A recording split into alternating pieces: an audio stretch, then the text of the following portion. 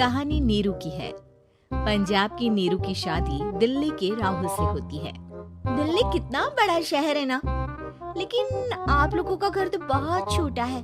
हमारे पंजाब में तो ये बड़े बड़े घर होते हैं कि मजा ही आ जाता है। कोई बात नहीं नीरू, मैं भी तुम्हारे लिए बहुत बड़ा मकान बनाऊंगा बहुत जल्दी।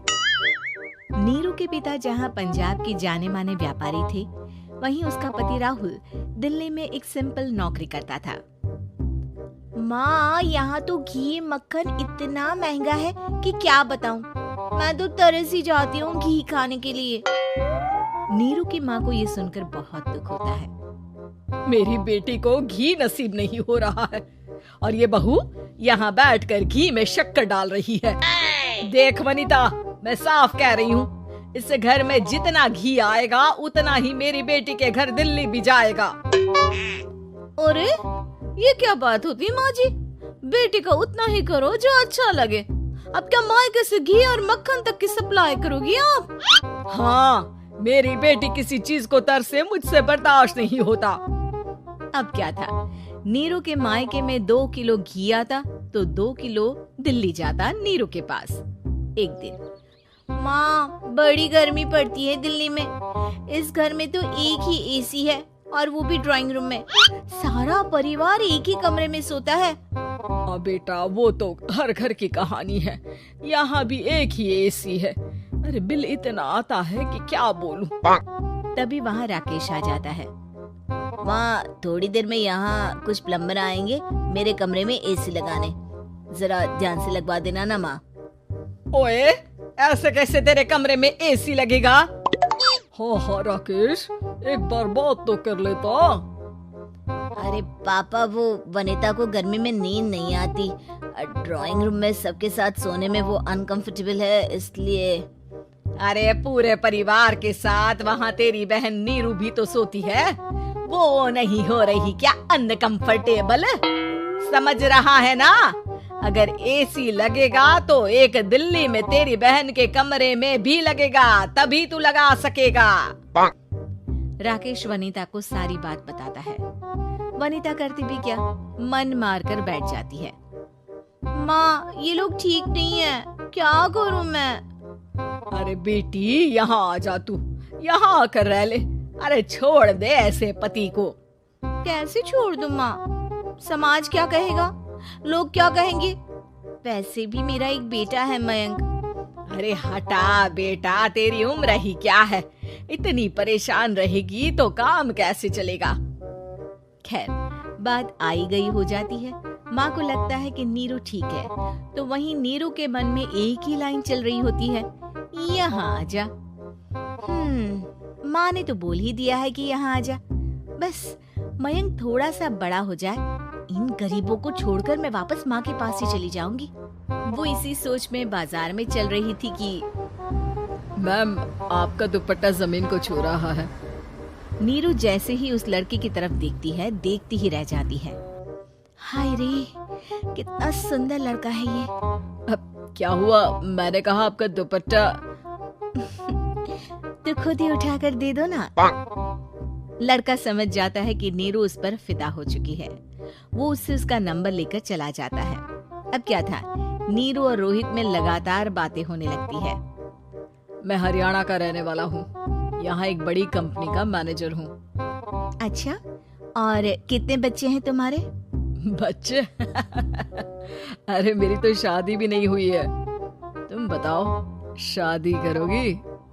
नीरू शर्मा जाती है। अब लेकिन मैं तो पहले से ही शादीशुदा हूँ।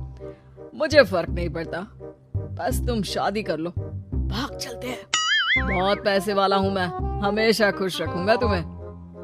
नीरू रोहित से मिलकर सारा प्लान बना लेती है और फिर एक दिन घर से भाग जाती है। दोनों शादी कर लेते हैं। शादी के बाद, क्या बात है नीरू, तुम्हें परेशान सा देखता हूँ, सब ठीक तो है ना? हाँ हाँ, सब ठीक है।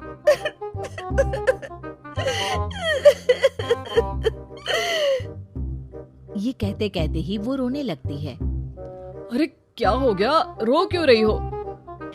मैंने तुमसे एक बात छुपाई है और वही बात अब मुझे परेशान कर रही है। रोहित, मेरा एक बेटा भी है, उसका नाम मयंक है। क्या बात कर रही हो? ये तुमने मुझे पहले क्यों नहीं बताया? देखो नीरू, मेरी माँ को मैंने ये नहीं बताया है कि तुम शादीशुदा हो। बच्चा मैं मैनेज नहीं कर पाऊंगा। नीरू को समझ में नहीं आता कि वो क्या करे। तुम उस बच्चे को अपनी माँ को क्यों नहीं दे देती? नीरू चुपके से माँ को फोन करती है। माँ, क्या मयंक को तुम रख सकती हो? बेटा, मैं राकेश के साथ बात करती हूँ। आखिर घर का बेटा वही है, जो वो बोलेगा। वैसे भी बेटा, तूने जो किया है ना, उसके बाद से पूरा घर तेरी बुराई कर रहा है। मैं भी अब किसी से तेरे लिए लड़ नहीं सकती। राकेश बेटा, नीरू ने तो जो किया बहुत ही बुरा किया, लेकिन मैं सोच रही थी कि क्यों ना मयंक को हम यहाँ ले आए। तभी वनीता बोल पड़ती है। वाह जी, ऐसे कैसे यहाँ ले आए? यहाँ क्या भंडारा भरा है? और जिस बच्चे की माँ ने नहीं सोचा, उसके लिए हम क्यों सोचे? नीरू को एक बार तो अपने बच्चे के बारे में सोचना चाहिए था ना। अरे लेकिन तेरे पास भी तो लड़का नहीं है ना वनीता। माँ, वनीता ठीक बोल रही है। कल को वो बड़ा होकर इसी घर का हिस्सा मांगेगा तो हम क्या करेंगे? माँ कहती भी तो क्या, वो चुप रह जाती है। वहीं नीरू का पहला पति कहता है, माँ, अगर आज भी वो वापस आ जाए तो मैं उसे माफ कर दूंगा। बेटा, गरीबी चीज ही ऐसी है, क्या करेगा?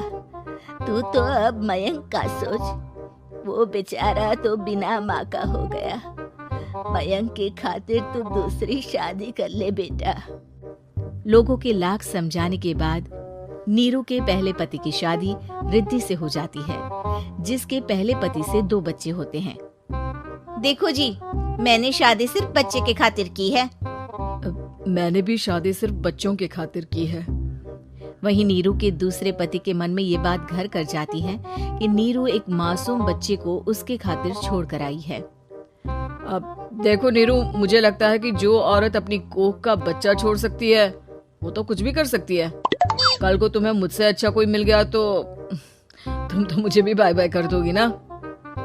नीरू को अब उसका दूसरा पति ताने देना शुरू कर देता है। तंग आकर नीरू उसके यहाँ से भागकर अपने पहले पति के पास चली जाती है। लेकिन ससुराल में क्या लेने आई है नीरू, मयंक को? नहीं सासू माँ, मुझसे गलती हो गई, मुझे माफ कर दीजिए।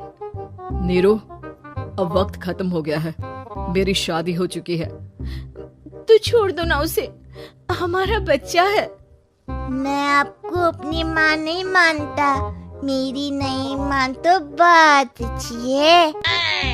नीरू मयंक की बात सुनकर समझ जाती है कि उसके पास अब न आसमान रहा, ना ही जमीन।